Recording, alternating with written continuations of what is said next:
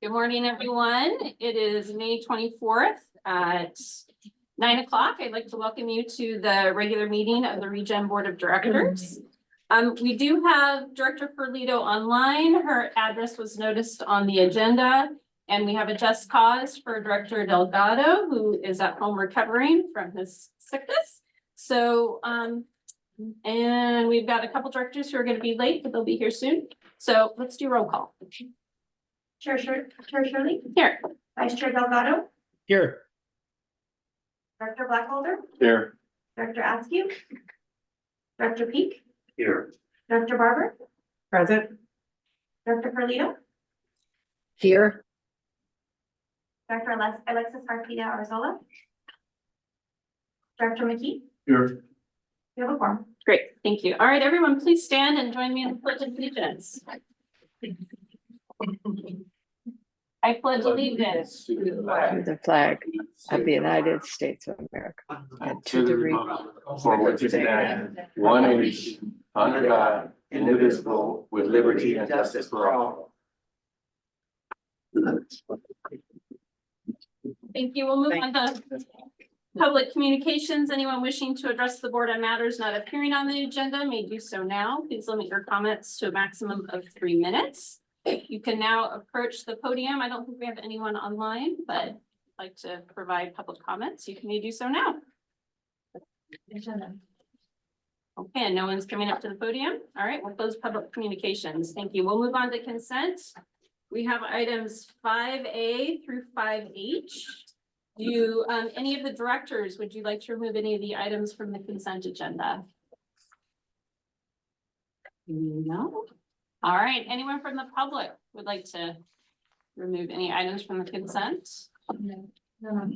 Okay, we'll bring it back. I'll take a motion. Moved. Second. All right, roll call, please. Director Barber. Yes. Director Blackholder. Yes. Director Ferlito. Yes. Director McKee. Yes. Director Peak. Vice Chair Delgado. Yes. Chair Campbell. I'm sorry, Chair Shirley. Yes. Thank you. We have motion passes. Okay, great. Thank you. All right, moving on to 6A, Artists and Residents presentation by Melanie Mina and Michael Acevedo. Thank you, Chair. At this time, we have Eric Palmer, who has led the way for the communications team with artists and residents. We have two guests in-house that were able to make our meeting this morning, Melanie Mena and Michael Acevedo. We're very excited to have you here today, and thank you for all your work that you published for us and the community that comes here to ReGen Monterey. So thank you very much. Sure. Good morning, everyone. I'm Eric Palmer. I'm the Public Education Outreach Coordinator here at ReGen Monterey. And I appreciate the invitation to talk about one of my favorite programs that ReGen's Communications Office helps coordinate, and that's the Artists and Residents Program. Since 2016, CSU Monterey Bay's Visual and Public Arts Department selects a student. It's a very competitive process to have a residency here at ReGen. It lasts a few months during their spring semester.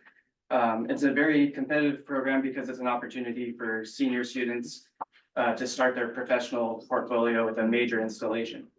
And we're very proud to provide that opportunity for them. And of course, there are benefits to ReGen Monterey and the community as well.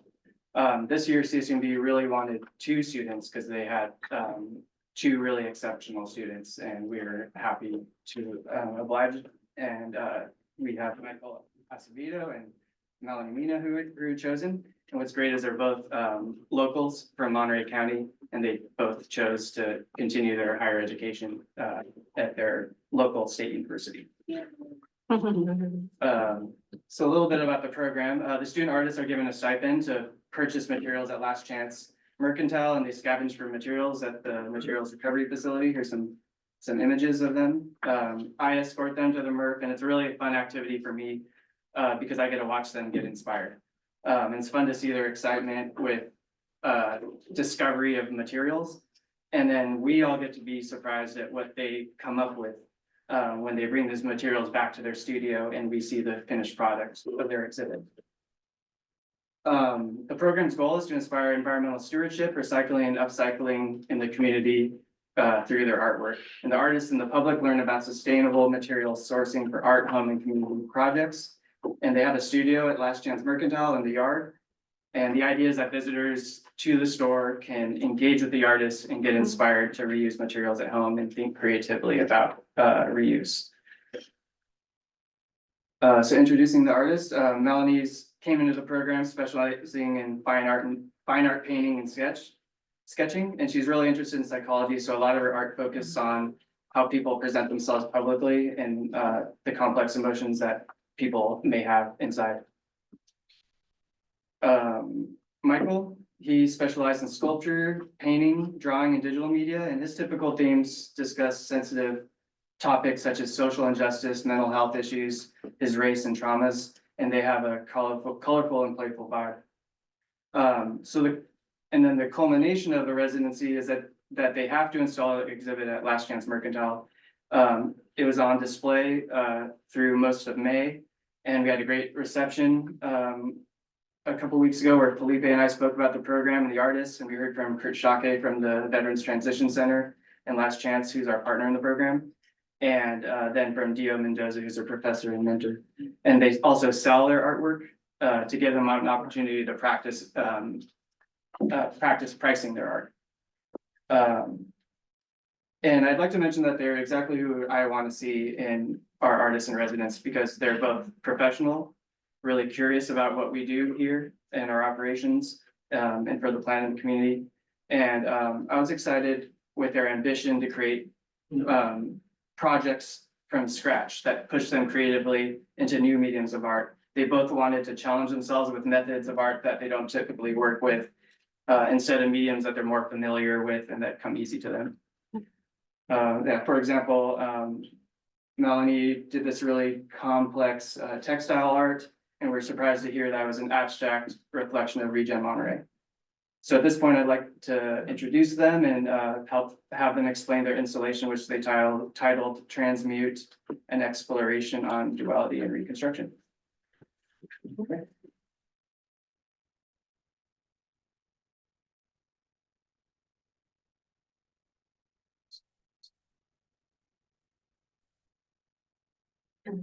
Hello, everyone. Morning.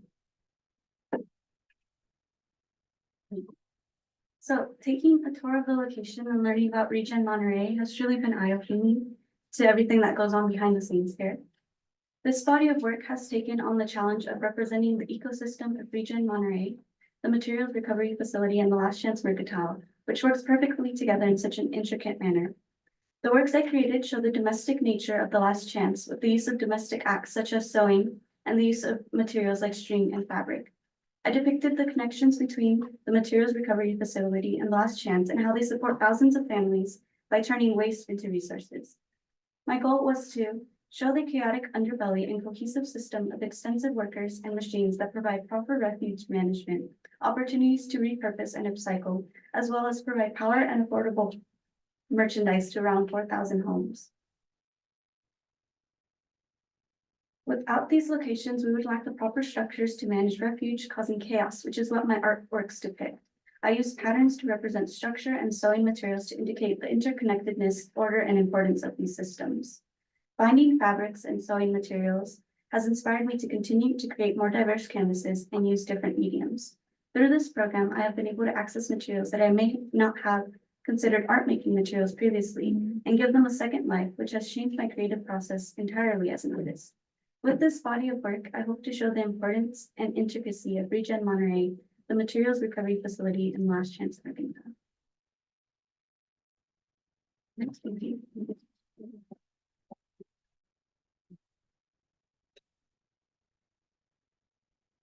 Hello, everyone. My name is Michael Acevedo. Now, my goal is to challenge the boundaries of space for my pieces, to have my art burst from the seams of conventionality and break its own borders. Through the materials I've chosen, I seek to create a sense of duality through my body of work. This duality between my pieces comes in the form of a contrast between sharp geometric designs and soft, rounded materials.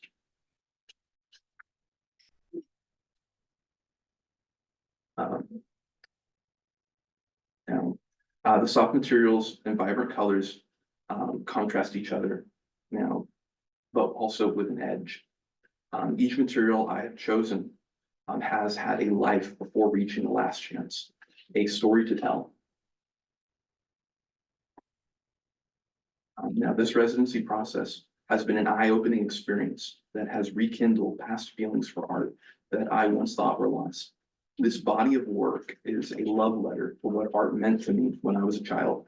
The freedom and sense and motivations to create pieces that represent boundlessness has been astonishing to me. This last chance mercantile has been a source of inspiration for my work through the nostalgia I feel for it.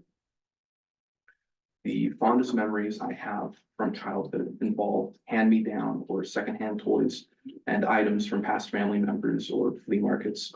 This connection to my childhood has bled into each piece that I present here. Now, one of my main beliefs about art is that as an artist, we channel parts of ourselves into our pieces. We take our own views and experiences and put them into each work we make. So in a way, the artwork we present is almost an extension of ourselves or a self-portrait.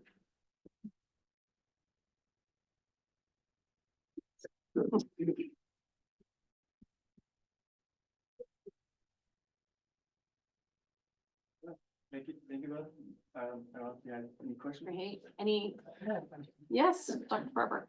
Awesome. I'm an art advocate, so I'm just loving this. I noticed as soon as I walked in, and I really appreciate both of you. I noticed you talked about how this process changed your process in doing art.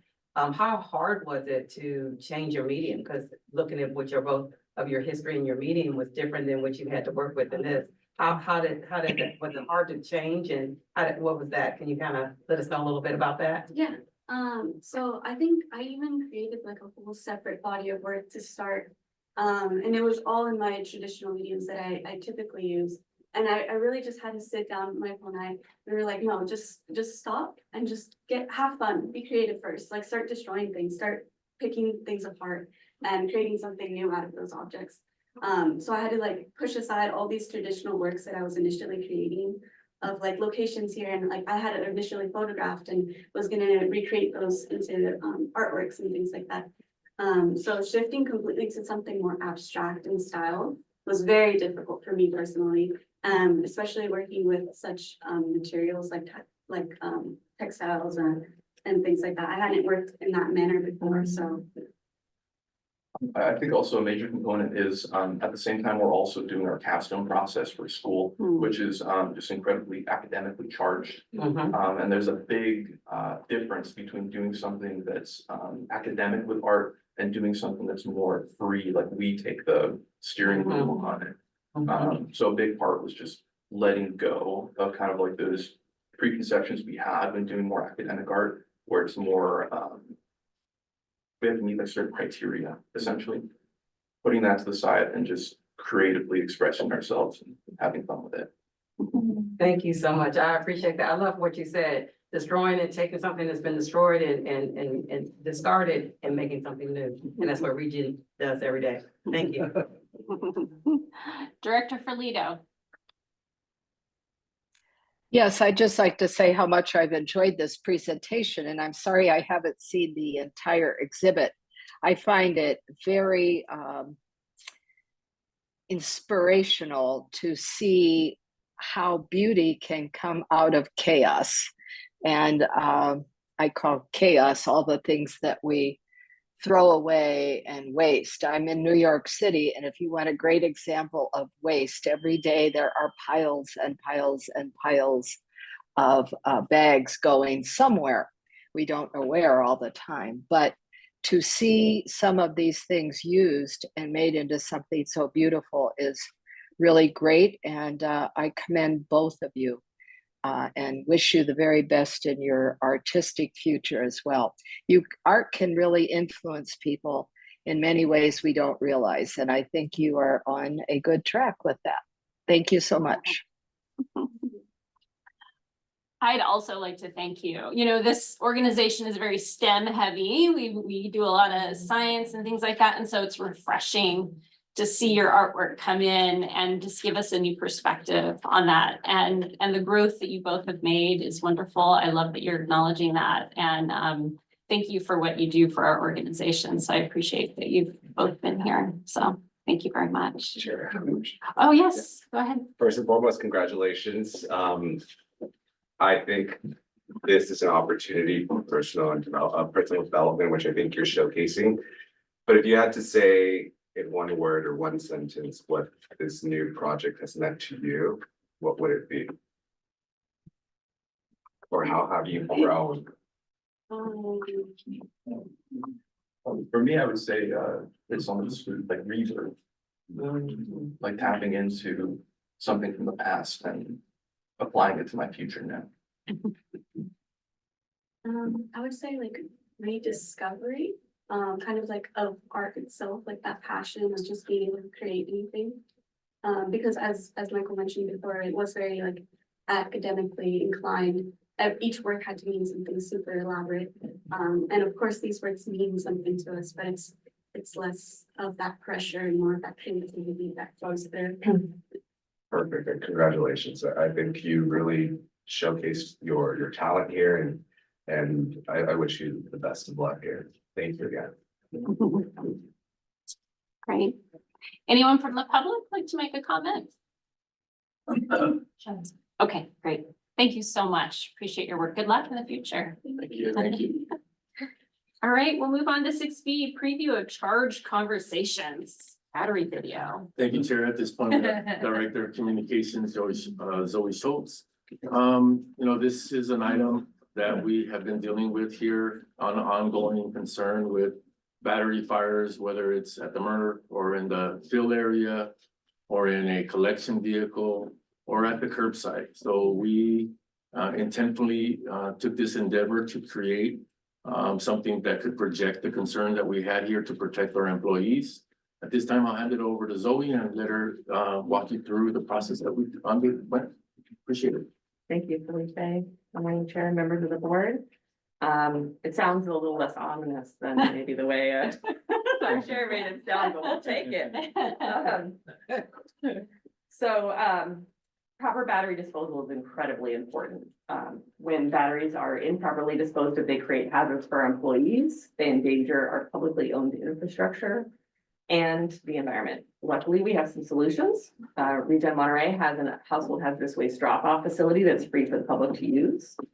And we also have all 3 haulers in our service area participating in a bag on top of the blue recycle bin collection curbside. So there are options for proper battery disposal here for our residents.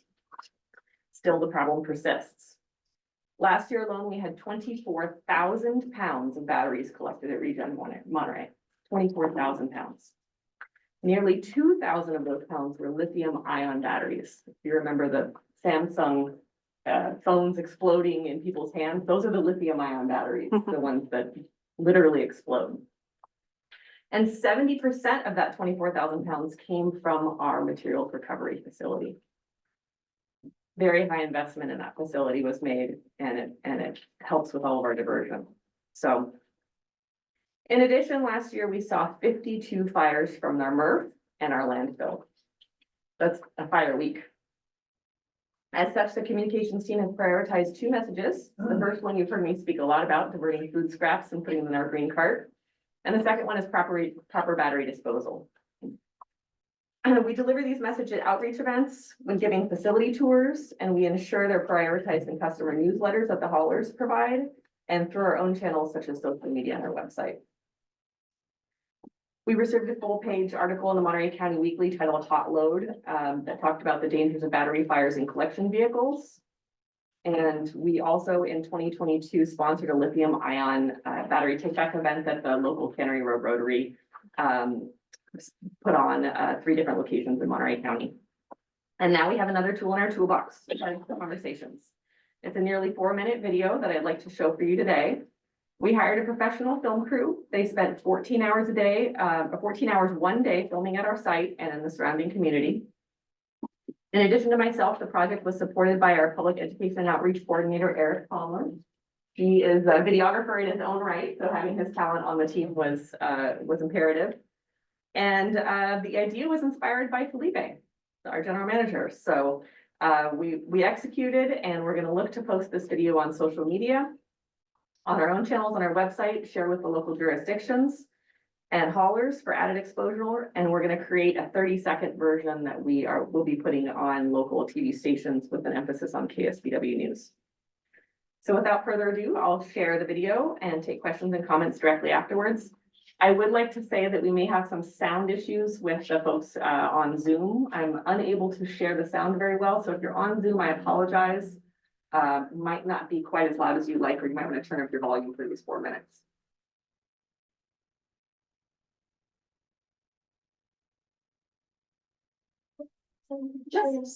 It wasn't working. No, yeah, thanks, we tested earlier. Thank you, Kristen, appreciate that.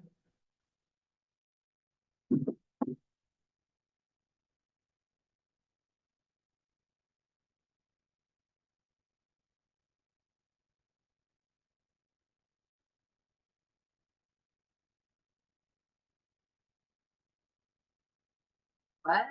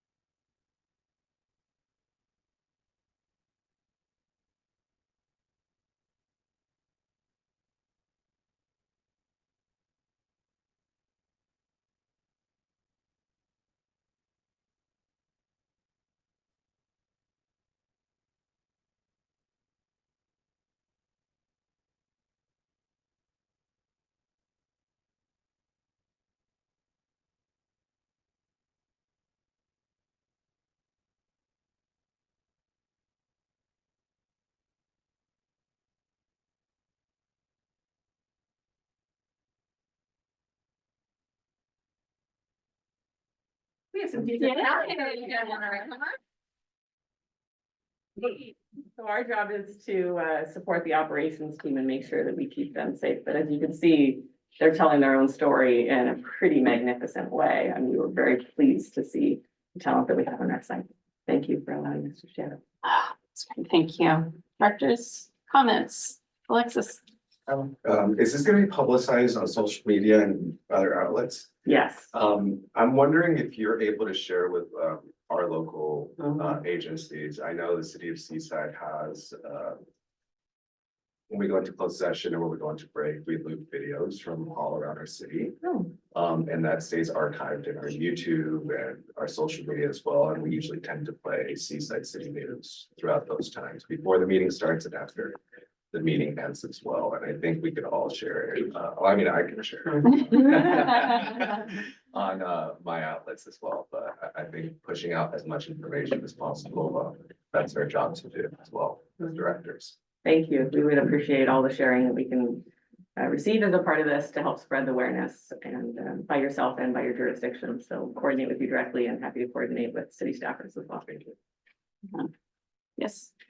Yeah, just awesome. I mean, for people who are interested in it, not interested in it, don't know about it, know about it, this would just go across very well. And so I agree with my colleague is that we need to share this more and more. Already I've got this on my notes for what I'm going to be putting out for our next meeting. So if you can share it with me, that would be great, because then visual is always better. Thank you. Will do. Yeah. Will do. Awesome. Yes. Thank you very much. I thought this was a great effort. I like the idea of shrinking it to 30 seconds. Mhm. Most people's attention span is about 30 seconds. I know mine is. And, just, you might think about, putting, an explanation of why they start. And I'm just stating that out of ignorance, because the battery's just sitting there on the shelf, and I'm like, well, why would that burst into flames? Great idea. Yeah, we're gonna actually, at the very end piece, you saw the logo at the very end with our tagline, "Let's not waste this." We're gonna have a URL on there. That is an easy to type in URL, like they call them a vanity URL, regenmonterey.com/batteries. So we can put more information there about why these type of batteries, specifically lithium ion batteries, explode when they're exposed to oxygen. And also more information about proper disposal. Thanks for that idea. I have another question. Yes. Sorry, thank you.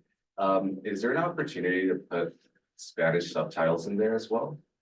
Ooh, that is a good question. I believe we can on some of the social media platforms. I'm gonna look to Eric. I think that's an option. But we'll look into it for YouTube as well. That's a great idea. I Thank just you. think more people that get the information. the better. Yes, Mhm. Good job, though. Thank you. Yeah. thank you. Director Ferlito. You're muted. Right. Sometimes that's a good thing.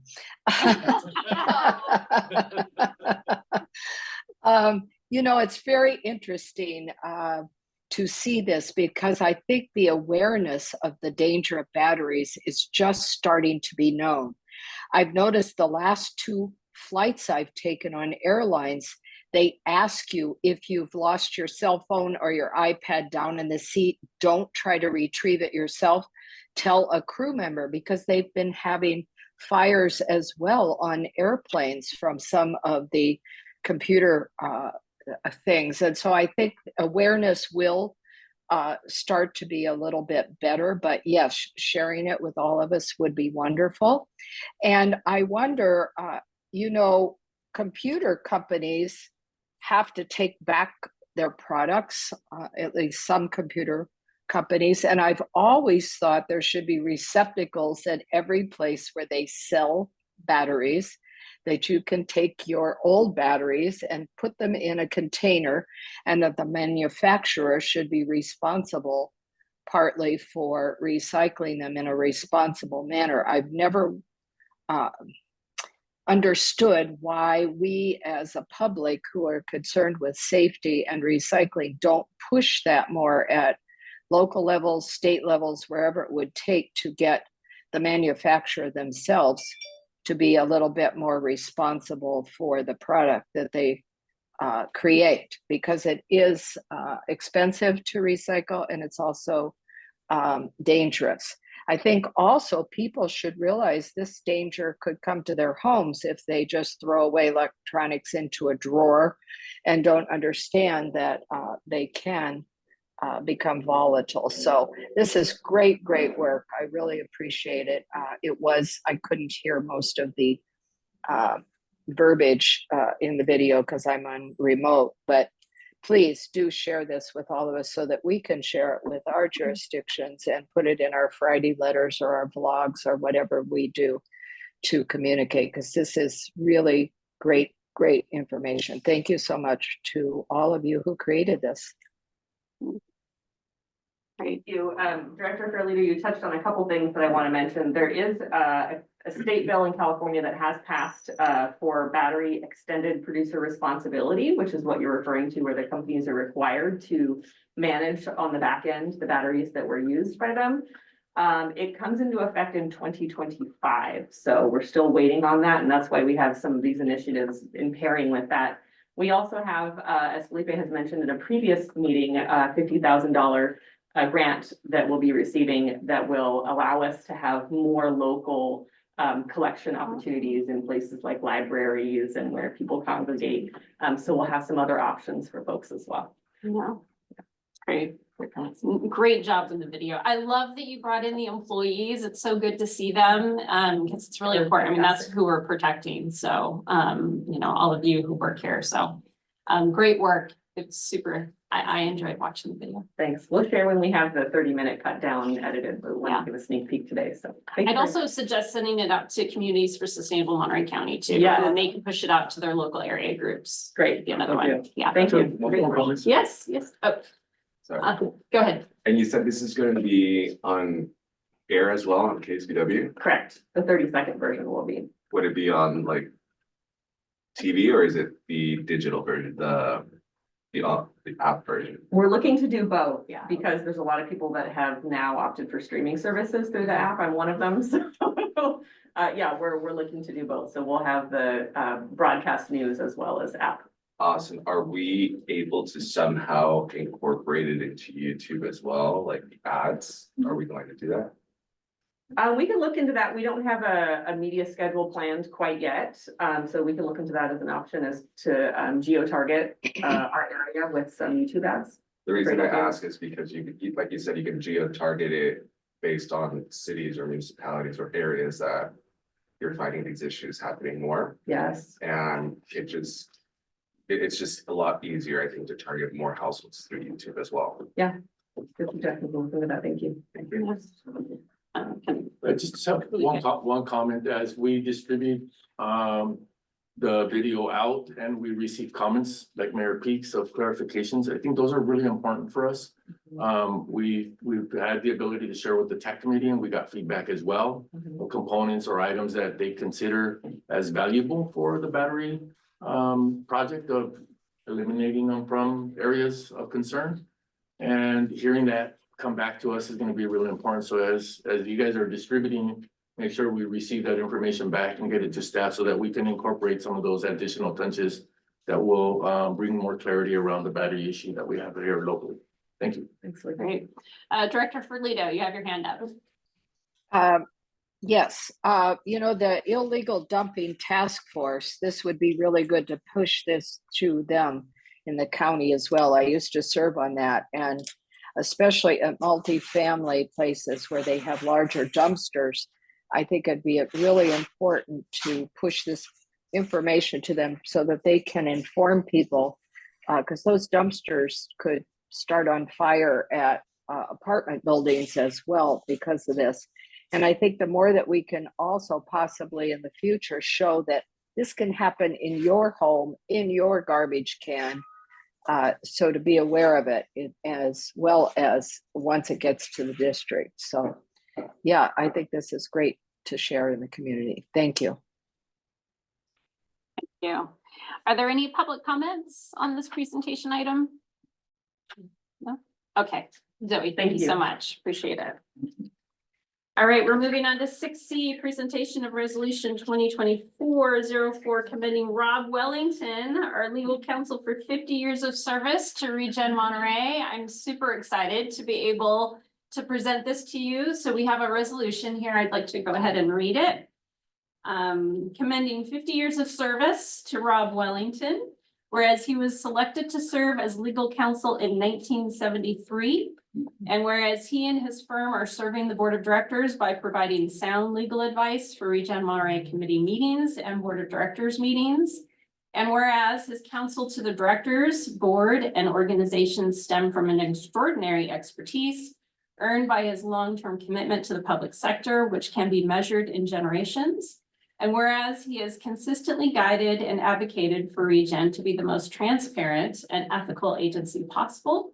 And whereas he has also provided wise counsel to 5 ReGen general managers. And whereas his guidance on legal, contractual, and ethical matters always were delivered with deep knowledge, compassion, and humility. And whereas he has supported ReGen Monterey in its pivot from a disposal-based organization to a waste diversion and renewable energy-based organization. And whereas he served during a key period of ReGen Monterey development, including the opening of the Last Chance Mercantile, the implementation of a model modern refuse collection agreement, the permitting and sitting of the first anaerobic digester in California, and the expansion of the materials recovery facility MERC 2.0. And whereas he has also consistently and passionately been a strong supporter of the Stanford Cardinal Athletics. And whereas while serving the board of directors, Rob continues to provide strong working relationships with staff and the board. Now therefore it be resolved that board of directors to the Monterey Regional Waste Management District doing business as ReGen Monterey hereby commends and expresses its appreciation to Rob Wellington for 50 years of service, passed and adopted this day, 24 of May, 2024 by the board of directors. Thank you, Rob.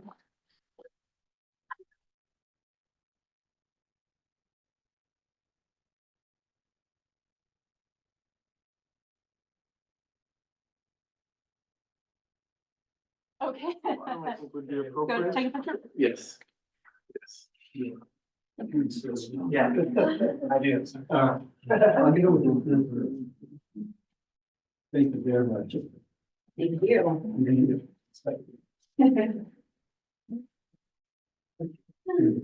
Wow. Congratulations, Rob. Rob, would you like to say a few words? I can't help myself.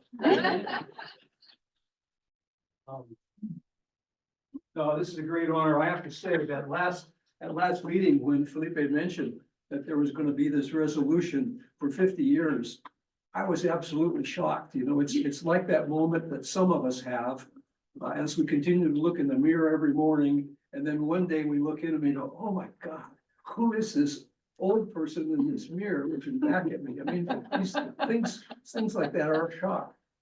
When I started working here in 73, Oh, my goodness. another thing that's a shock, this facility, it was, none of it was here. There was a facility, a garage, shed for the couple people, 2 or 3 pieces of equipment that were working the site. There was a trailer for the gatekeeper and for the part-time general manager. That's all there was. And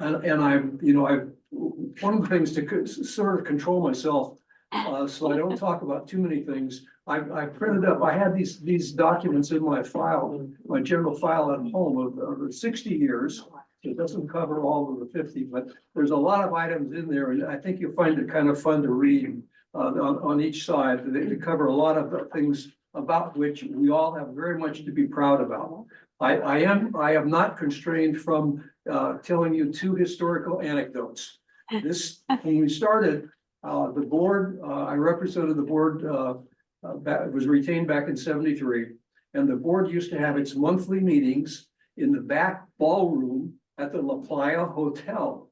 They would actually move 2 or 3 tables together and the board members would sit all around, have the meeting once a month.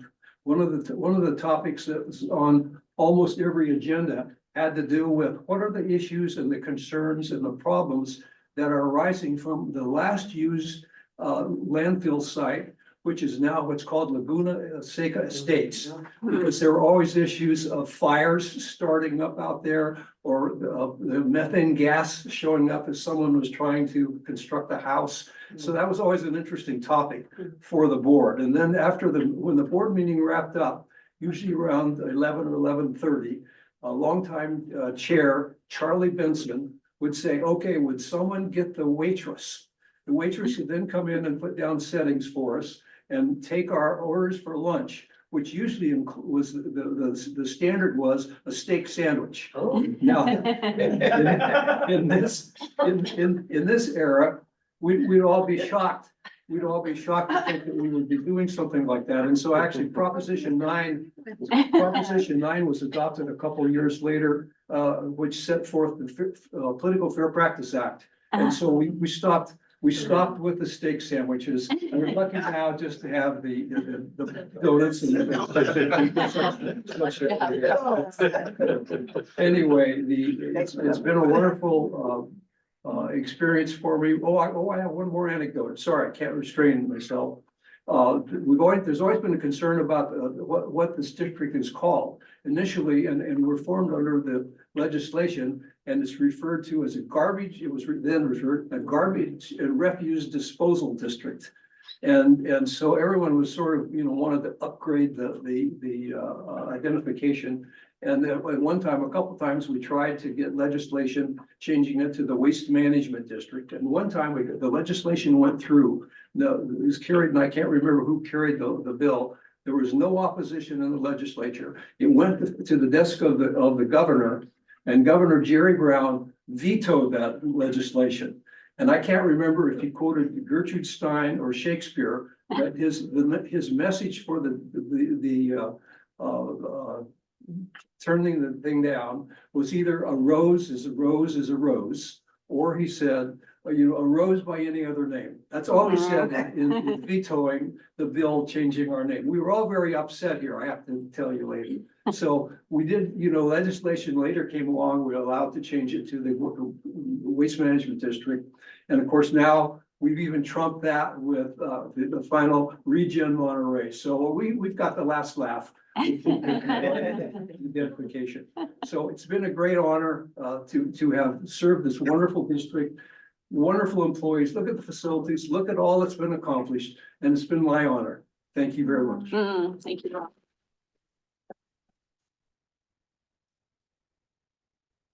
Director Delgado, would you like to say a few words?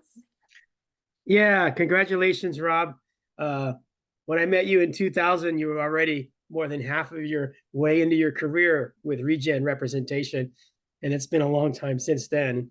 In 1975, Rob started being the legal counsel, city attorney to the city of Marina when we incorporated, and he only recently retired as Marina city attorney, but he kept going as our counsel here at ReGen, which tells you his commitment to ReGen.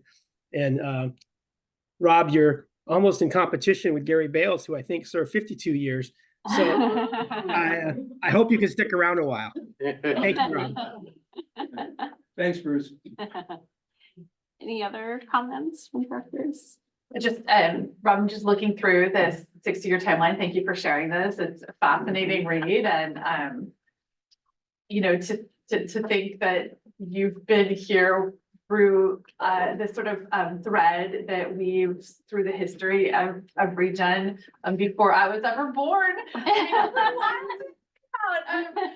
And just a couple of these that I'm looking at, the flea market in 1991 that has become Last Chance Mercantile that now hosts artists in residence. I mean, that's a huge. 2008, we began accepting food compost scraps. And now 20 years later, we're fully changing the way that we think about organic waste material coming into the district. I mean, you've seen us through so many changes and so much growth, and so much supported. I can only imagine some of the conversations when you've got a director saying, hey, and I've got this idea and we're gonna take this next step and we're gonna do this next thing. And you're like, oh, okay, hold on. I'm like picturing those conversations and how that must have played out. But it takes real leadership to stick with something as long as this. And the and I will just say like that to have that kind of institutional knowledge, carry any organization through so many changes, what a blessing and what a gift and a legacy for you to provide to ReGen, but also to the community that I call home. And just thank you. Thank you. Yeah. You know, you mentioned that you weren't born yet, which of course is, it strikes into kind of. But I have, you know, the other thought, I thought I had, and I wasn't gonna say it, but now it's occurred to me. When you're talking about, you know, my service for this district is, it's been my honor and my pleasure, and you can think how much I've enjoyed it. That's what, unfortunately, probably why I stuck around so long. Is, you know, it's not akin, it's somewhat akin to, not the same as, but akin to a parent or an uncle or an aunt looking at having a child that they watch grow up, you know, they're crawling around the floor, they're toddling around the room, they go off to grade school and high school, maybe to college. And you're so proud of them. You know, I know that's the way I am with children and grandchildren. But it's like with this district, it's a lot the same. And that's why, you know, I'm so proud to have represented this district, and it's been my great pleasure again, as I say. That's, it's probably been why it's been hard to let go. Thank you. Thank you for your dedication, Alexis. Thank you. I just want to say congratulations. And again, I think this is a testament to, like my colleague Supervisor Askey mentioned, your leadership and your love for the agency. But one thing I do want to emphasize is the credit, to give you credit and the work you've done over the past 50 years, right? Because you've stayed here, you've seen this agency grow through tough times, through good times, and you've stuck through. And I think, again, that's a testament to your leadership, to your dedication, and the essence of what ReGen is and the type of key players we have leading a movement here, making change in our community. So I want to commend you 100% for your impact that you've had in our region and for making our area a better place. So thank you. Thank you. And I, you know, I never can fail to do a response. I couldn't have done it without the team that works with me. You know, I have, and a lot of the staff knows, you know, for a number of years, I had George Thatcher and Deb Mall, former city attorney in Pacific Grove and city attorney from Monterey. They worked on our office, did a lot of work for this district. More recently, it's been one of the persons in our office presently is Stephanie Attai. She's a former city attorney for Salinas and Hollister. And my partner, Bob Rathy, is, as Bruce knows, did the last 7 or 8 years as a city attorney for Marina, and has also been city attorney for San Juan Bautista. So I've had a wonderful team that has worked in support with me, and I have to give full credit for all that they've done for you. Thank you. Thank you. Director Ferlito. Yes, Rob, I'm sorry I'm not there to shake your hand in person, but I truly value your service and the fact that you have stuck around for 50 years and you mentioned is, you know, like an uncle, like a grandfather, whatever, is very, very touching. I hope you will save one of those handouts for me because I'm very interested in seeing it. And I don't know, maybe it's the donuts that keeps you coming back too. But anyway, I would just like to say congratulations to 50 years of wonderful service to the district for keeping us out of trouble, for keeping us on the correct pathway when we need it, if we need it. And that's very important. I think people don't understand sometimes how the legal representation of our cities, our districts, and so on is so important as we do our work. So thank you, thank you, thank you. I appreciate every moment that we spend with you. And we hope there's many more, so you beat that record. Thank you. Does the public have any comments in relation to this item? Okay, great. Congratulations again, Rob. All right, we'll move on to 7A, which is to receive the draft budget for fiscal year 24-25 and provide direction to staff. Thank you, Chair. As you guys have seen, the draft is out. We have Garth Gregson, our accounting manager, here to walk us through a short presentation and then answer any questions or concerns that directors of public may have. All right, good morning, everybody. And here we are once again, fiscal 2025 preliminary budget. Most of you have seen this information already. Not much has changed from what was presented at the finance and personnel committees at the beginning of this month to where we are today.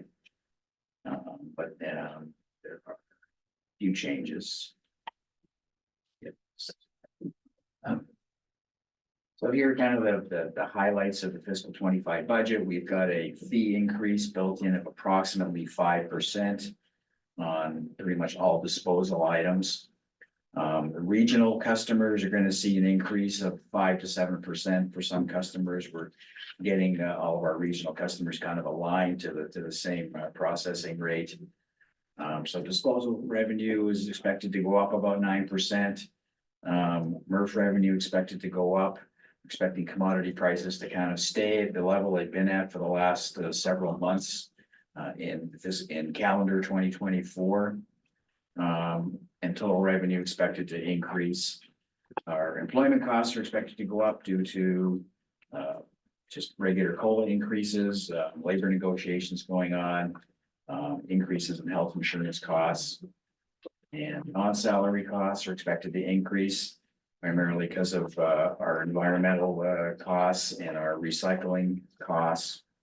And net income is expected to go up in this budget compared to the budget from last year. It'll actually probably decline a little bit from the fiscal 23 actual.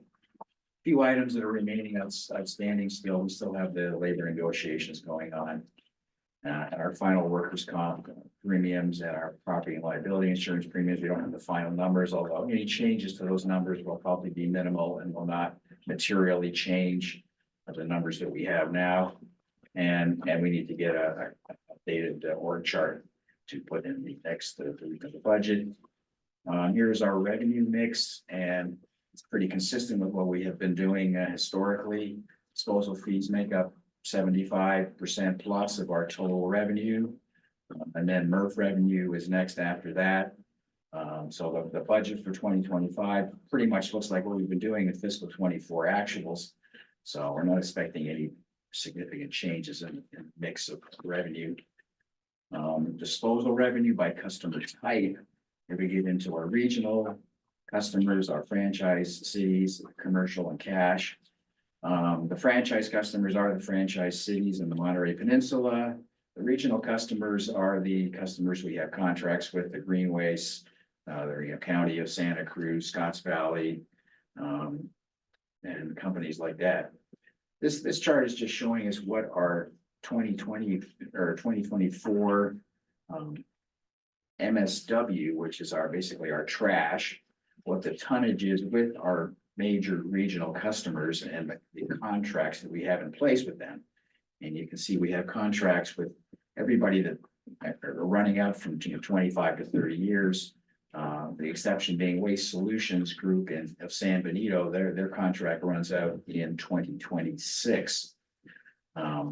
But in total, looking at the revenue for those customers, it's up there now. It's about $19 million of revenue just from those regional customers that we have contracts with. And the biggest customer by far is the Green Waste San Jose, which is in excess of $8 million of expected revenue this year. Garth, before you move on, can I add a little bit to this slide? So this slide also represents the regional customers that are within an agreement. And as you can see, for those first four, they're approaching 95% of the gate rate, which is I would look at as a favorable agreement. As you can see, we have the two agreements towards the bottom that are less favorable for the organization. And as we've been discussing, the agreements is these are fixed and they're not being impacted by the gate rate that we're changing today. These have been identified as singular contracts that we have that are using landfill area. It's really important to recognize that. And as Garth stated, people that are using the gate rate, whether they're a member or a regional customer, if they're coming across the gate, will feel the initial gate rate impact or increase day one of the increase. I just wanted to make sure that that we had a very transparent view that we do have customers that are paying less than the gate rate today, but we're done through contracted agreements, and they're very long-term agreements that we at this point, don't have an ability to get them up to the gate rate. Some were designed to get you to 95% of the gate rate with allowing that 5% to be an ability for that user to use on transport to get the material here, like Santa Cruz, Capitola, Scotts Valley, and Watsonville. Thank you, Garth. I just wanted to add a little bit of more context to this slide and the intent of it. One other minor point on regional customers, every customer that's classified as a regional customer or customers we have contracts with. Yep. So if you see a regional customer, we have a contract with them, whether it's for MSW, whether it's for single stream material, but they have a contract with the district. Thank you. Moving on to personnel expenses, here's kind of a breakdown of what the personnel expenses are. The biggest portion of that is the salaries and wages, followed by health insurance and CalPERS. Those three items make up about 94% of the total personnel costs for the district. And in the budget for next year, we have a small increase in people. We've got a 7% increase in our health insurance. That has been confirmed by our health insurance carrier, so that we know what that number is. So the personnel numbers for next year are pretty solid the way they are now. There may be a couple of minor changes still yet to be resolved. Non-salary expenses, here's kind of a chart of what our major non-salary expenses are. The biggest one being recycling services. That is the material that Keith Day processes on site here, all of the green waste and wood waste. Next is the repairs and maintenances, which is the repair shop for all of the equipment, and it's also the repair and maintenance costs on the MRF. Then we have environmental services, which is our maintenance and of the LFG field and any other additional work that needs to be out there as far as replacing the equipment. Our capital budget spend for next year is budgeted $25.5 million. These are kind of the major items that are in that fiscal 25 capital plan. And this page with all these small numbers is significant primarily just because of the bottom line on the left, which shows that we will meet our debt service ratio for fiscal 25. Our ratio required by our bonds is 1.25 to 1, which means we have to generate 1.25 times cash over our bond ratio, our bond debt coverage for the next year.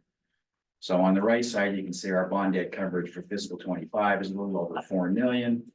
And so we are generating enough cash to cover that 3.7 times roughly, which is a very important part of the operation. And that's kind of a quick look at the fiscal 25 preliminary budgets. Any questions? I'll be happy to take them. Robert. First, thank you so much. You always do such a great job with explaining the budget and going through this. And I know that you and the director talked about the fiscal 2025 MSW regional customers with Waste Solution Group getting ready to have the contract to end.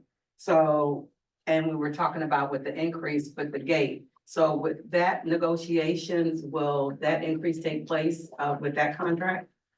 Well, we'll sit down and negotiate with them. We probably, I would say we probably won't get to the same deal we have with Scotts Valley and Capitola and the County of Santa Cruz, but we might, they're gonna be at 95% of the gate rate. San Benito, they probably want to negotiate something slightly different, slightly lower than what we're doing with the other areas, but at this point, we don't know for sure what we were looking at, but there will be an increase in their rate. Okay. From what they're paying now. Okay, all right. And our general objective is to get everybody as close to the gate rate as we can with all of these regional customers. Right, that's why I was asking the question, knowing that the contract was up and we had a window that we could be able to see how to increase, so. Yeah, and I'll chime in a little bit on your question. San Benito has been looking for a solution for themselves, and they haven't really decided what that solution looks like. Is it gonna be expansion of the existing field areas that they have. And continue to do what they do, how they've done it traditionally in their area. The other concept is to transport it out of their county and deliver it somewhere else. And so as we continue to hear that coming to fruition, we most likely will be invited to the table and be asked, what does another agreement look like for us? And at that time, we will take down the details, come back to the board, share our position, and then we can, go back and negotiate that term and agreement. But it is something that we are eyeing now. I think that agreement started off at 1.9 million, and then it went to 2.1 and 2.3, and I think this year it's estimated to be 2.5. So we will continue to track, but this is where we want to be at. We want to have the opportunity to put us in a more favorable position for a longer term view to really start preparing ourselves for 2036. Right. So it's an excellent question. We haven't went down the path yet. We did entertain Board of Supervisor Cario from San Benito, and we did a site tour, did a visit. We didn't talk anything about their need other than sharing our facility and what it has to offer at this point. Thank you. Director Peak. Thank you very much for the report. Obviously, good reporting every month, besides the budget. Small question first. When you say the gate rate is not $55. Is that $55 a ton? Yes. Yes. Okay, then what is the current rate of solid waste disposal at $74 a ton? That's not the gate rate. That is the gate rate. $74 a ton is the current gate rate for MSW material. And the regional customers have their own negotiated price for MSW. So there's two gate rates. Well, there's actually only one gate rate, and as we covered briefly, the objective is to get all of those regional customers up to 95% of the gate rate. Which is $74. Excuse me. Peter, just a minute. Go ahead. So if the current gate rate is it's not 74. It is 74 for you coming across the scales, it's $74. Okay. For the regional What- customers, they have their negotiated rates in their contracts. And so some of them have started out at $45 a ton and have been increasing a little bit. The end objective was, we want to get them to 95% of what our published gate rate is. It's on our rate sheet. And what's the gate rate for green waste For for the district? the district, but Pacific Grove. $47 a ton, I think. No, it's 74. 74. Yeah, because he's talking now about Pacific Grove, not San Jose Oh, tons. okay. Yeah, so it's 774. Green waste. And the Santa Cruz 4 contracts currently are $55 a ton. Right. However, on July 1st, they're gonna go up to 95% of the gate rate, whatever that To is. 95%, and the proposed MSW gate rate is $77. So they'll go up to 95% of 77. Yes, Okay. But the member agencies will be paying 100% Yes. of 77. Yeah. through the chair, I just comment. Member agencies do receive the full burden of services that we have to offer. They get HHW service, they get compost service, they get the recycling service, the trash service. And also the LCM service. The customers that are contracted are coming in and only using one of those services, which is landfill service. Which leads me to believe at some point when these contracts were negotiated, that was the primary reason why they got a reduction in cost. And also the primary reason of the added revenue that was needed for the organization at those times. And maybe to that point, maybe it's worthwhile to find out what is the value of those additional services. Correct. And is it 5% of 77 dollars a ton, or is it more, or is it less? And then get a rational, estimates of what each type of customer and what services they're getting and what is the cost. We don't do that currently, right? We talked about that. We just, all the revenue goes in, we don't split it out like this is the cost of this service, this is the cost of that service. But maybe it's worthwhile to start doing that and find out what these other services are really We will, we had to look at the market as well, and we have to be aware of what the market is charging for that service. So, you know, if we want to get that business, we have to keep that in mind as well. Well, and then bring that question in too. Do we really need, you know, if somebody else is supplying solid waste services at $30 a ton, well, the district can't afford that. Right, and, you know, they're like us to the extent, you know, they're trying to operate their business as well, so they're gonna sit down and look at all of the options and what is best for them. You know, Make a choice. I think it's a great discussion. To the chair, just wanna make sure that we're all on the same track. We do have a $40 million outstanding bond debt that we gotta stay focused on. And without those additional revenues, to achieve the payment of those bond debts would be extremely more difficult. And we would also have to look at services that may not thrive here anymore in the future based on that reduction. So to your point, I will look at, you know, looking at parities in different departments, what does it cost us for that service? At this point, we're using our best knowledge that we have in front of us to make the determination on that gate rate. And also the transparent view of seeing what regional contracted customers are paying to the gate rate and the services that are being provided within them. So your question is good. Just not sure I can address that at this point now. I understand. There's a number of components that need to be looked at. Yeah. I just, one last point, it was clear. I think this was these pie charts were provided to the board in March. Tons by customer type and tip fee by customer type. And it shows that the member agencies are paying 25% of the total tip fee, total revenue, 25%. But only dispose of 14%. So the member agencies are paying on average considerably more. And part of it is the contracts, the long-term contracts, and also the additional services, we don't know. I think it's worth looking into in the future, and I like the direction of bringing, you called it parity. Yeah.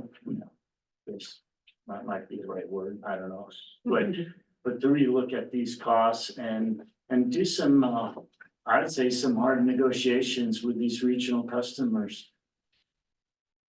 No, well, we do hard negotiations with them, and you know, we recognize, you know, they have a need, you know, to take their material someplace, and so, you know, they've got to consider all of their business factors, what's going to be most economical for them, and we have to look at it as is it worthwhile to pursue those tons, and at what price?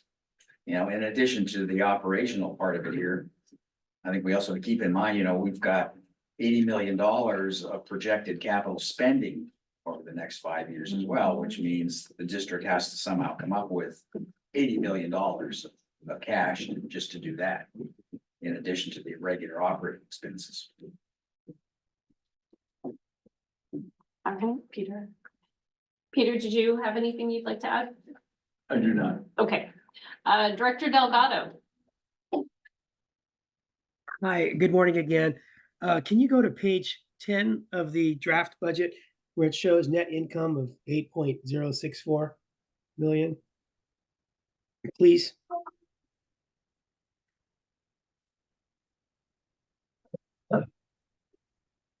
Is there any way we can show it on the screen, or if not, that's okay? Actually, no, I do not have that page on. the slide. Okay, all right. So, we always, like most entities, have more needs than dollars to meet those needs. And so when I see $8 million net income, I think of it as profit, surplus, unallocated fund balance. And I would always prefer to see, in this case, $8 million divided up into CalPERS liability, higher employee compensation, capital replacement reserve funds for vehicles and equipment such as the MRF, paying off debts early if paying them off early saves us money in the long run. And I've talked to Felipe and the chair about this a little bit.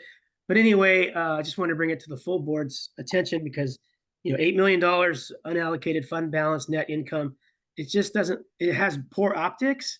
And I think that it demonstrates less planning than we could show for the money that we earn. And so I'm not a financial expert, so take it with a grain of salt, but I'd like to hear the general manager's opinion on this concept.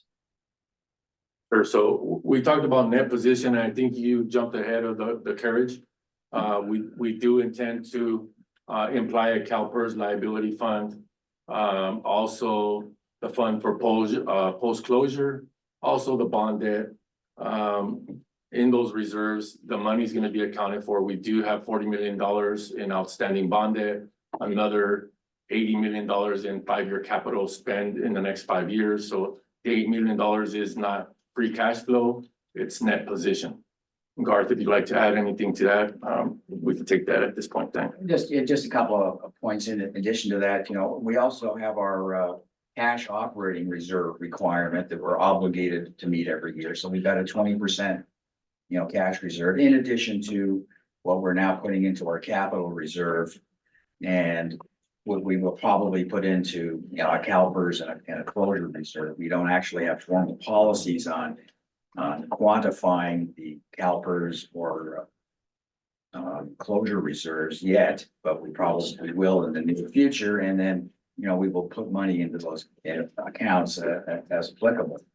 But as Felipe pointed out, I would say our two biggest obligations we got to think about are our bonds, because those are real numbers. Those are going to happen. And that's $40 million of cash going out the door. And then we've got our capital spending, which, may or may not happen. Some of them may be deferred, whatever, but nonetheless, those have been identified as items that the district needs to look at and probably needs to do.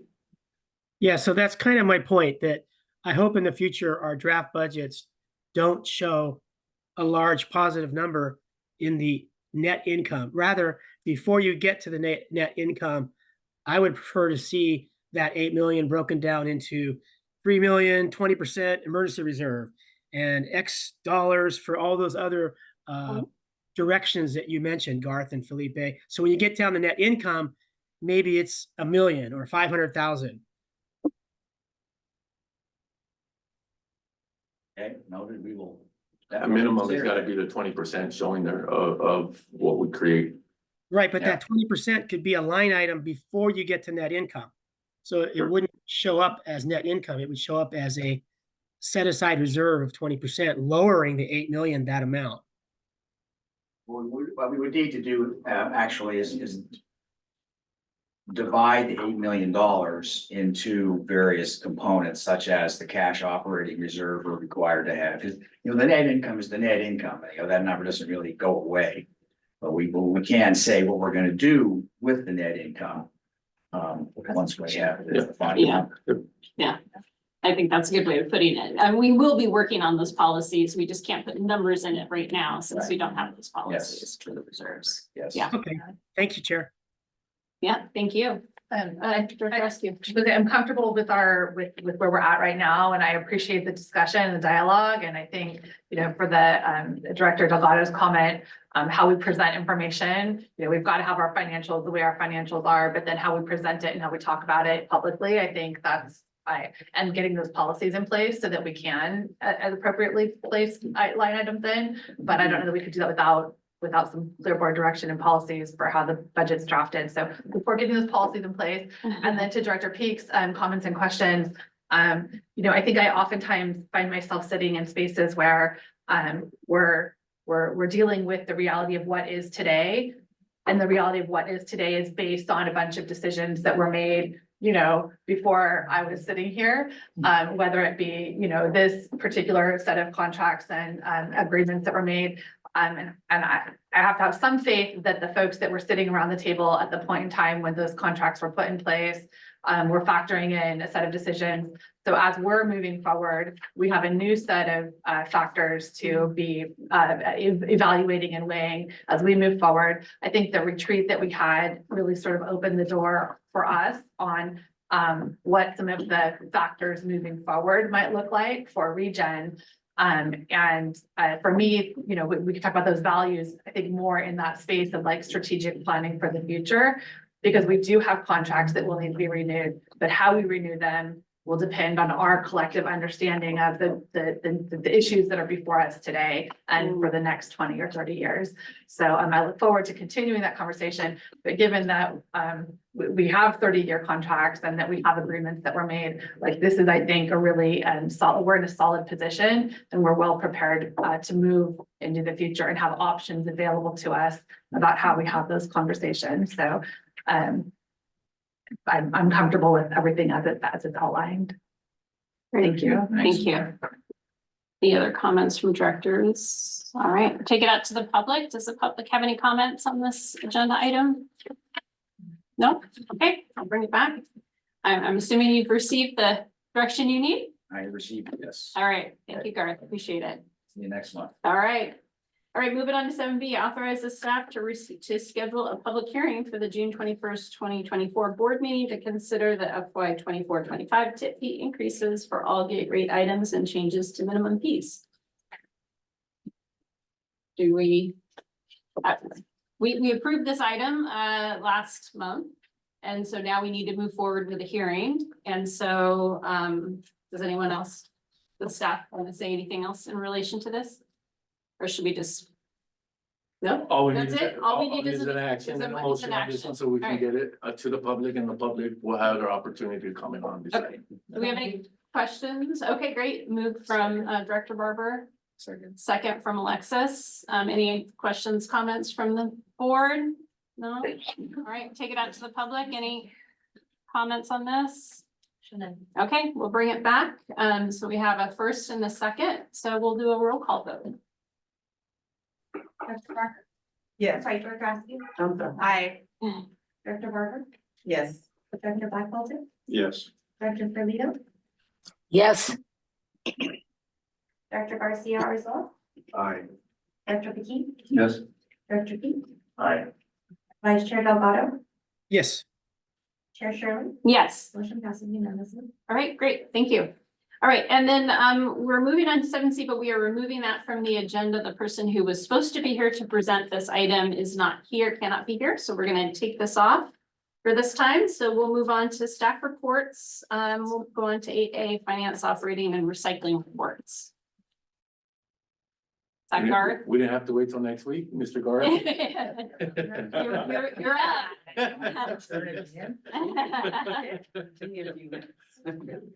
Yeah, what the heck is going on? All All right. Let's see.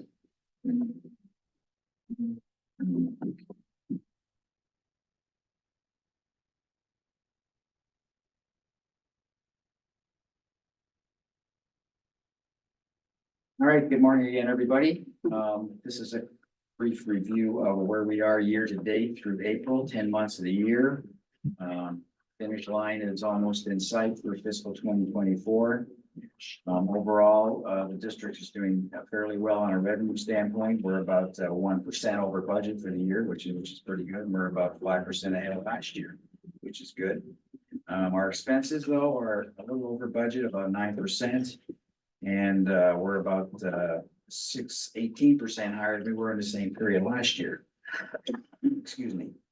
Net income through April is about 5.2 million against budget of 7.1 million. And it is a fairly safe comment to make at this point in time. We are not going to make our budgeted net income for fiscal 2024 continuing along at the current pace. So there's really nothing tragic about that. We're still gonna do pretty well.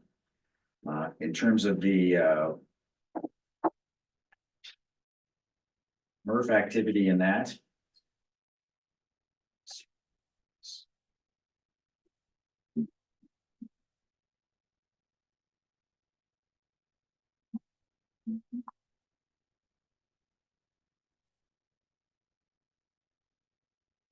All right. So here numerically is where we are for the year to date. So, you know, the non-employment expenses are the biggest line item that's out of spec in regard to the budget. It's changing.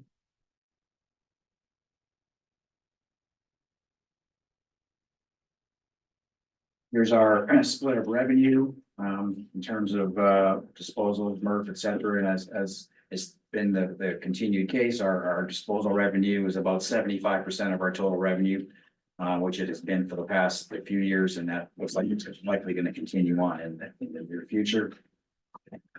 This is just some quick summaries of the different revenue types, the tip fees, MRF, power, and our total revenue compared to budget. So you can see our power revenue is quite down compared to budget. Our tip fees are pretty close, and the MRF revenue is doing extremely well year to date. This just looks at the departmental spending, and the admin department is the biggest account in terms of dollars. That's because we have the big numbers in there like insurance and various legal expenses. So that's what drives that number up so high. The other next big item is the MRF operations. And that's primarily because they have fairly large staff of about 60 people working at the MRF. So they have a lot of personnel costs. And then we have our maintenance, MRF maintenance, and our repairs and maintenance accounts being fairly large as well. Landfill activity, Question on the front Yes. slide? Could you show the slide? In the middle of the page from landfill gas for the organics maintenance shop and MRF is $3 million. That represents the entire variance, yeah, you could look, yes, that is the entire. or at least the majority of it. Majority of the negative variance. Any comments relative to Well, the the landfill, first 10 months of this year? yeah, the landfill gas, there have been a lot of maintenance and repair issues that have affected them. And in fact, right now, as we speak today, I think like 2 of the 4 machines that we have to generate power are both out of service for various repair reasons. But that includes the cost of maintaining and repairing those machines, as well as the activity that takes place in the gas fields. If we have to replace meters, that goes into that line item as well. It's over 50% for the first 10 months of this year, 3.6 million versus 2.4. Right. And is that all for maintenance and for downtime? I mean, that's a big 50% is a big number. That is the largest part of it. We have seen an increase in the repair costs that have had to be incurred in the LFG area. Have we budgeted this type of performance going forward? Yeah, well, we have to the extent that we can predict. Well, some of the maintenance that takes place is scheduled maintenance, so we know we're gonna have to do that. But we undoubtedly weren't aware of this activity when we budgeted a year ago. Right. We're up 50%. So as we budget going forward next year, are we basing it off of the 3.6 million, or are we going 2.4 million and carrying that forward? Now, we're basing it off the 3.6. Now for fiscal 25. Another factor that comes into play is that the landfill gas machinery is getting older. It's another year older. And there have been some discussions recently about, the time is going to come when we're going to have to replace 1 or 2 of those engines over there that are generating the power. So that is certainly impacting the landfill gas activity. And yes, we have taken it into consideration for the budget for next year. And that's also impacting our power revenue, because when those machines are down, we're not generating power and we're not getting the revenue from generating power.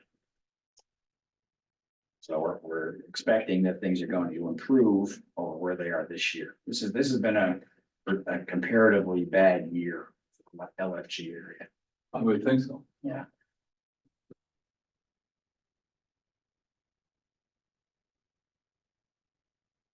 All right, are you excited, Director? Okay, go ahead, Gar.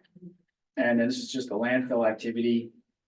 Seeing that the biggest portion of the tons that come in is from our regional customers again.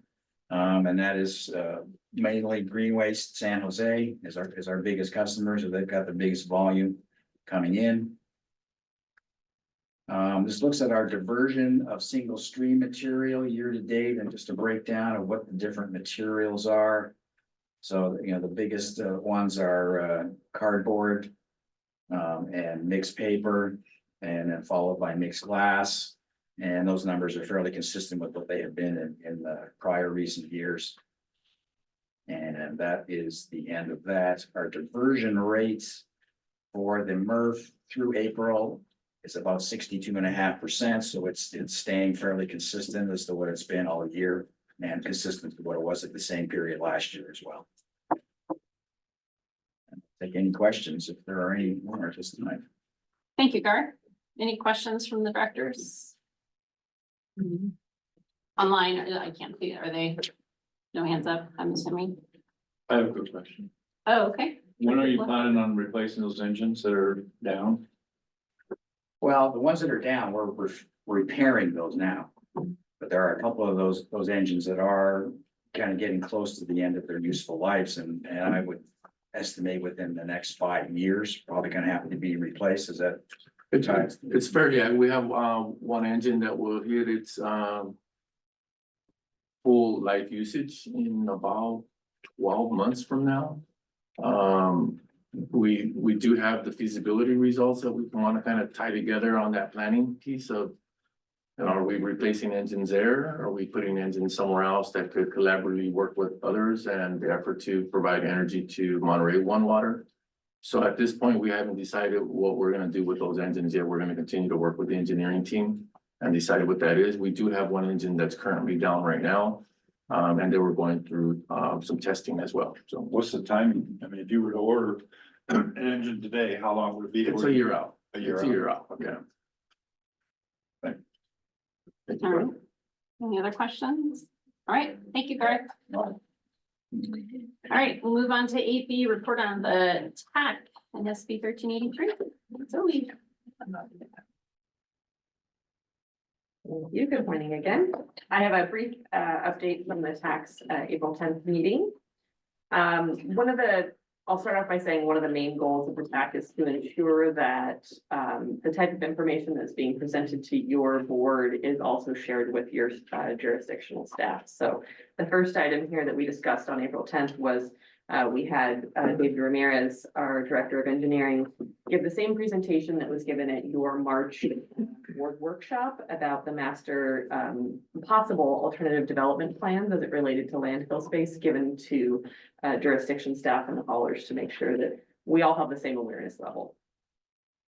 And then the next item that we discussed was a draft budget for the MOU that ReGen Monterey has with each of your member agencies as it relates to compliance with SB 1383 activities.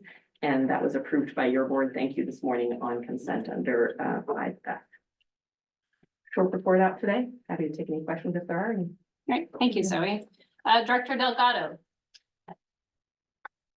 To Zoe, is there a retirement party coming up for one of the TAC members?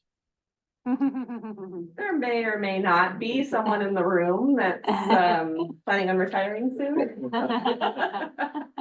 Yes, we have some plans in the works. Thank you for acknowledging his time and. 5 more Fridays. 5 more Fridays.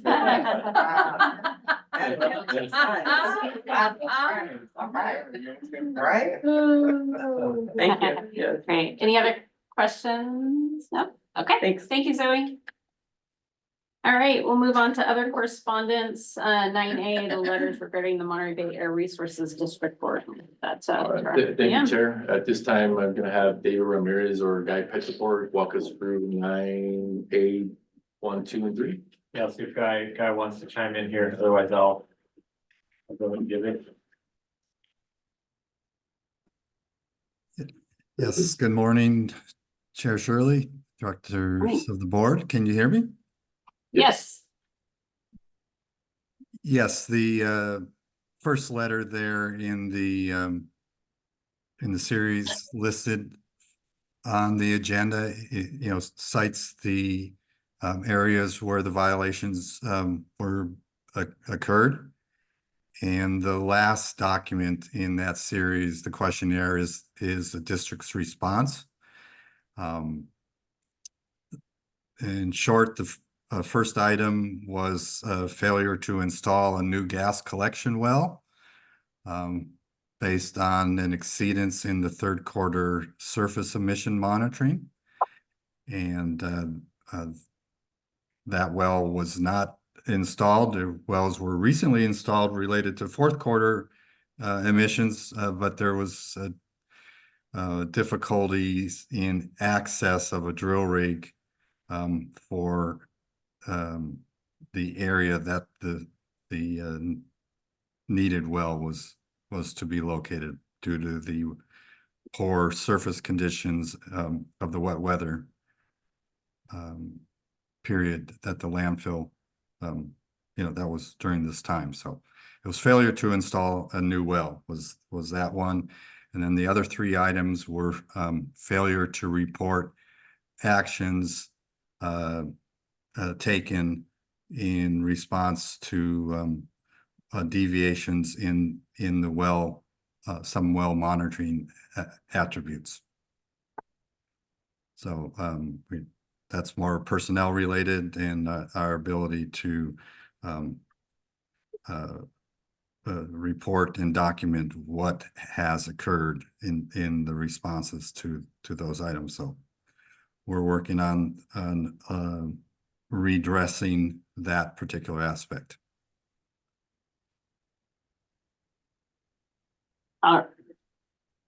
Anything else, Guy? That's encompasses the four. It's the two different items, basically not delivering on a well and not documenting and reporting certain activities that were completed.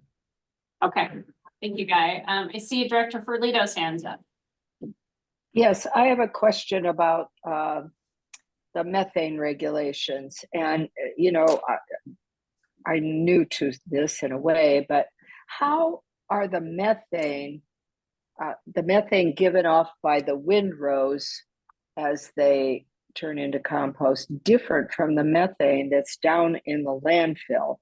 And I saw something in the correspondence where the windrow are going to be covered or something in order to take care of that.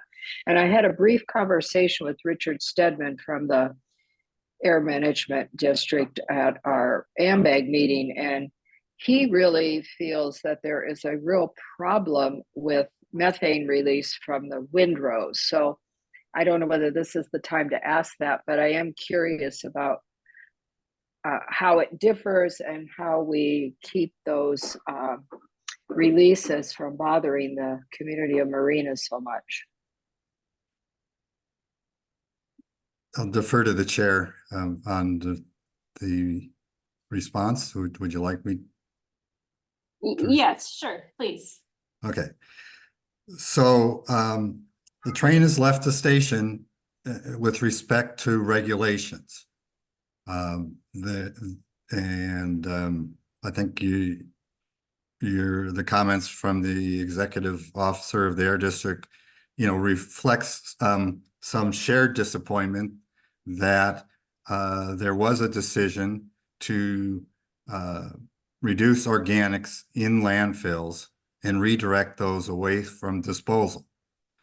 So organics in the landfill are decomposing under anaerobic conditions, which means there's no oxygen present, and there's generally a more complete decomposition process that occurs and more methane is produced. Okay. That methane does not become a problem unless it's released to the environment. And that's where, the challenges in a landfill are capturing enough of the methane so it doesn't escape to the environment. And from a public policy standpoint, decisions makers made the decision that the landfills weren't going to be successful enough, so there was a need to get the organics out of the landfill, with composting perceived in California to be one of the good solutions to take those organics. That organics in composting decompose under aerobic conditions. So it's not as complete a decomposition process. Less gas is produced, less methane is produced, and there's generally less methane escaping from composting. That's compares landfills to composting. The methane is methane. It's just occurring less in compost facilities in volume than compared to the landfill. Covering the windrows does help reduce emissions, and many composting sites are being converted to covered static piles or covered aerated static piles approach, just to further reduce emissions. Thank you, guys. Okay. David Ramirez, Director Ferlito, I think David Ramirez would like to add to this. Just a Okay. minute. Thank you. To make one clarification, the item on the agenda, which is the NOB, is not related to composting. It's related to actions that are in the landfill. So if that was a confusion, this is specifically a element for the landfill. Right, methane from the landfill. Right. Yeah. Okay, Director Ferlito, does that help? Yes, it does. I'd also like sometime in the future to have an update on how biochar is doing. Okay, any other comments on this item? Yeah, Director Askew. Yeah, I do actually, so I also sit, among my many hats on the Air, Resources District Board, and, have had some other conversations, with the team over at MBARD. And I think I appreciate having these, highlighted on our agenda, just so we can be aware of, what the complaints are, what our violations are, and what our responses are.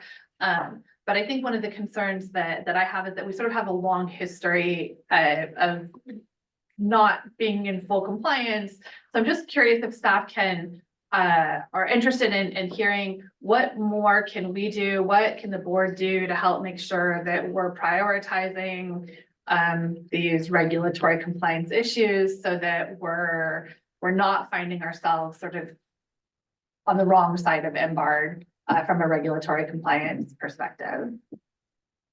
Sure, I'll give my best. Yeah, is there more that we can, I guess I'm asking, like, is there more that we can do, and what support do you need from the board There in order is. to make sure we're in front of this? There is, I think as a, good rule of thumb for us, we're doing an amazing job with controlling methane gas.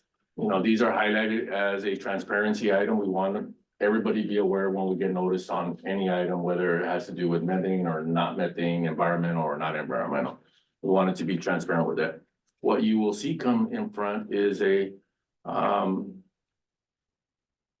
district hasn't been, doesn't have all the tools in the toolbox to analyze the methane that we have out there. So we brought in the LOCI controls, which will be a pilot, which is about 20% of the wellheads monitoring, helping. We also have an opportunity through a cow recycle grant that was given to UC Berkeley. It is in my general manager comments that we're having them come and work in collaboration with us to detect methane and methane that is escaping the pathway that we desire on it. So it will be very intentful that when we go out, and as Guy is offboarding, that we are gonna be looking for someone that has landfill gas knowledge and that criteria. It's a difficult position to fill. Yeah. But with the more opportunities we have with the methane gas to power methane gas into the natural gas pipeline, is we're gonna need someone that has that expertise in the well field to guide us and navigate us to have less instances that were presented today, or Okay. less deviations from where we want the gases to be. And I guess also like this particular item is a methane gas issue, but I think in the past, we've also had issues with generators and we've had issues with,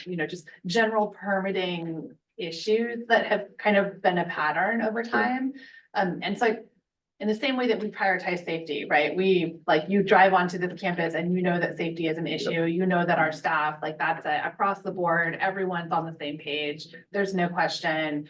How do we move our commitment to saying hey, if we're gonna, that everyone is aware of where these compliance issues have been, and that we can be sort of thoughtful about making sure we're checking in, to. No not doubt be in my mind that violation. we're not being thoughtful at this time. Yeah, So okay. I would really want to be clear with the audience, whether it's the board or the public, is that we are thoughtful. Okay, we yeah, are yeah, very sorry. thoughtful, Wrong and use we of are words very, there.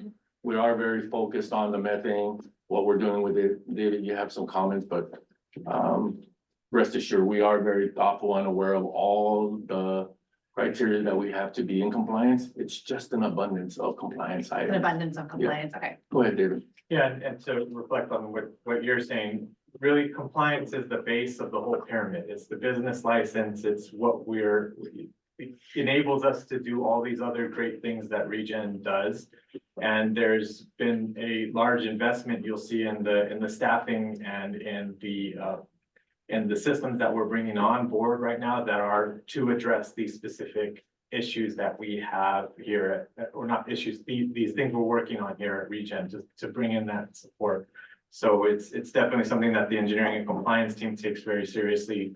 Operations team takes very seriously, and we're having conversations with the air district staff over to find ways that we can better communicate with them, that we can better find areas that if we have an issue, we notify them timely and find out what the options are from a compliance standpoint. Is there a variance we can apply for? Is there a specific an action we can take? So those are definitely in the toolbox, and we take this stuff very seriously. It's not something that we want to present to you or have to have happen.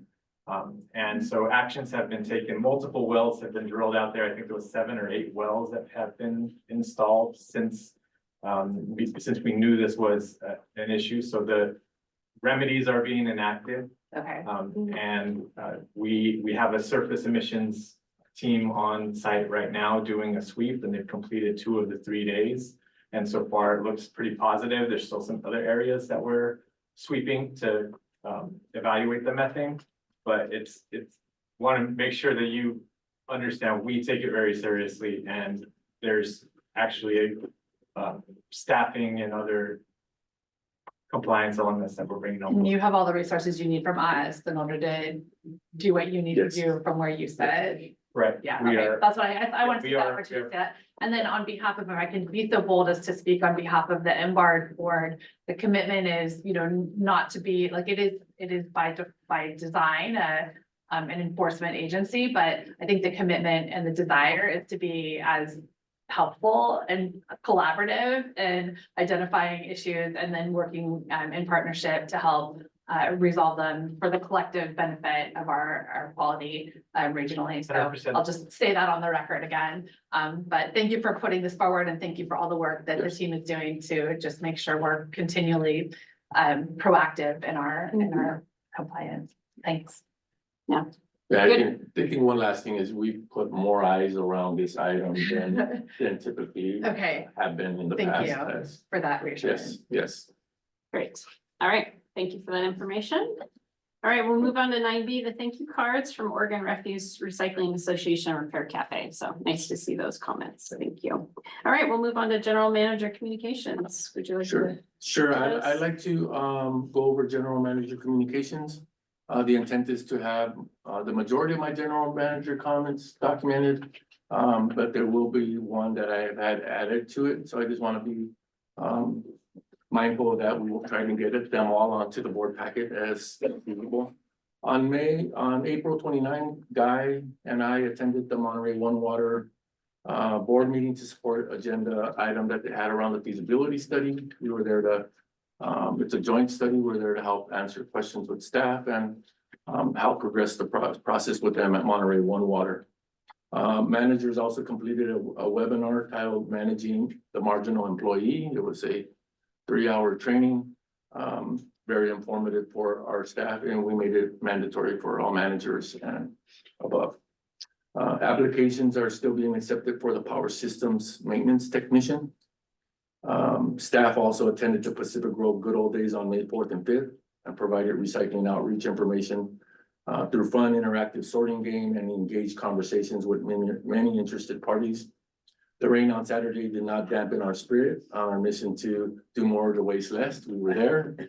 We got an opportunity to see Director Pete there as well. It was downpour for a certain amount of time, but it was a very good spirit from Pacific Grove residents. They still attended. They still walked all the food booths and the vendors that were there. We did as well. And Sunday was a great day for a difference in weather pattern for Pacific Grove. 8 new vertical landfill gas collection wells were installed at the end of April in areas of module 2, 4, and 5. The new landfill gas collection devices were required to address surface emission exceedances detected in those areas. The new wells will increase the quantity of landfill gas collected, estimated to increase by 150 to 300 cubic feet per minute. Representatives from LOCI Controls visited our landfill on May 6th in preparation of activities associated with board-approved pilot study. The plan for the LOCI install automation equipment on 18 vertical landfill gas wells, 2 monitoring systems on the gas header pipeline will be done in June, and the pilot study is planned to last for 12 months. This is an opportunity for us to gain as much knowledge as we can around the gas wells. It's a science, and now we have some technology that will help us monitor in one location or remotely. And then also the well heads they adjust to climate. So you can imagine now today we come in, we make an adjustment, nightfall comes, that would require another adjustment, but we don't do adjustments that frequently. Having a system that can help us rely on self-adjustments to collect the best type of gas, and also to make sure we're collecting it all together. The week of June 3rd, ReGen will host UC Berkeley researchers at the landfill to test real-time methane detection systems at the same time. Carbon Mappers is scheduled to conduct methane detection flights in Northern California. The goal will be to get real-time landfill emissions feedback that can guide operations and maintenance activities by assessing the data collected by the ground method and the aerial method respectively. The objective of the collaboration with ReGen, which is in association with the US EPA grant awarded by UC Berkeley researchers to improve best management practices for landfill operations. We're really excited to have a reduction in fugitive emissions at our landfill. Yeah. The third cohort, or the third group session for trades and training program has started.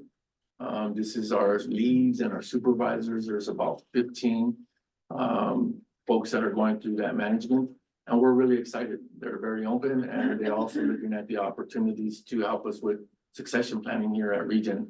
So getting more levels on the same mindset of management and management styles, difficult conversations are part of the venue and the training. The last item I have, and Rob may chime in to help me, is we've been had a request from CalAm to do some perform work on the proposed work that they have here on our facility. We identified that we had a concern with the request is we wanted to have a reimbursement agreement come into play for the accountability of our time and our work that we would do for CalAm on some of the requests. Rob has helped in the discussion of that, and so we will be coming back if we are able to work out an agreement on a reimbursement agreement with CalAm for the work and services that ReGen would perform in preparing any items or requests that they would have for us. And we'll come back in the future if we're able to work something out in the next several months. And that is all my general manager comments. Thank you. Okay, great, thank you. Yes, Director Speak. Oh, thank you very much for the detailed report. It's just wondering about when you talk about fugitive methane from the landfill, are they measuring only methane, or are they looking at heavier hydrocarbons or other gases? Are there any gas component other than specifically CH4? No, so it's, what they're doing is they're measuring, the gas that's, actually happens during a surface emission sweep, is somebody walks around with a cane that has a little tube that's at the bottom of the cane, and it's constantly drawing ambient air into the detection system, and that's measuring for the landfill gas. And the key component in there is the methane. I guess maybe my question is better posed is for regulatory purposes, is it only methane? Yeah, and that's one of the things we are required to do by regulation. And so the sweeps are, there's a set distance that the tube needs to be above the ground. There's a certain pattern that they need to walk. There's grids that are set all in our monitoring plan. And we are meeting the requirements of the monitoring for regulation. Thank you. Rob. I just wanted to add a follow on to Felipe's report about the request that we've had from Cal-Am. I think this will be of real interest to the board, as this is a matter going forward. It has to do, obviously, with Cal-Am's desalination project, which of course, if you read the Herald, you see there's some issues still going on relative to that, pros and cons in the community. So we've made it clear, they gave us, and Felipe and I came up with a proposal that it looks like there could be a lot of work done in connection with this request. By district staff, by lawyers, may also be surveyors and maybe appraisers. So we're going to ferret out exactly what the request is from Cal-Am. And we've revised the agreement that they proposed to us. So it's basically an agreement to negotiate. It's not an agreement to agree. So we're not committed. We're not going to enter into this with any commitment that we have to do anything. We just want to weigh relative to what Cal-Am wishes to have and needs to have versus what we need to have and what we need to preserve relative to all the facility, all the land on our site that we know is anticipated to be used in the future. So anyways, it'll be a balancing. If this agreement gets worked out, we'll bring this agreement back and it'll be on your agenda for next month. Okay, great. Thank you for that update. I'm glad that you're moving forward with that. Okay, we'll move on to board communications. Do any of the directors have anything they'd like to communicate? Yes, I just want to say thank you to the ReGen staff for being at Seaside's birthday celebration. We had a great turnout, and I unfortunately had to take the game that you have to 3 times because I failed every single. It was a great learning experience. It was for the community as well. I think that was one of the busiest booths that we did see. And Director Supervisor Askey was there as well, and it was really, really good turnout. And I just want to thank them for being there and for the constant communication that you guys are doing on social media. So it was a great learning experience for me. Thank you. Good. Franco, can you raise your hand? Thank you for everything that you do, Eric. Raise your hand. Thank you for everything you do. Mrs. Zoe, thank you. Yes, okay, great. All right, the next item is to move into closed session. We have 2 items. We have conference with labor negotiators, and then the second one is public employee performance evaluation of our GM. Do we have any public comments on these items? Seeing none? Nope, okay. We will move into closed session. The board met this afternoon on the 2 matters listed on the agenda. One was conference with labor negotiators, and the second was a public employee performance evaluation for the general manager. Concerning both matters, the board received information, provided direction. Information was provided by the Director of Human Resources and also by the General Manager. The only action taken was the appointment of an ad hoc committee to consist of the members of the Personnel Committee who will be meeting with the General Manager in the interim between now and the next meeting on June 21st. That concludes my report. All right, thank you, Bob. Our next meeting is going to be June 21st. We'll see you then. I'll close this meeting. Thanks, everyone. Have a good weekend.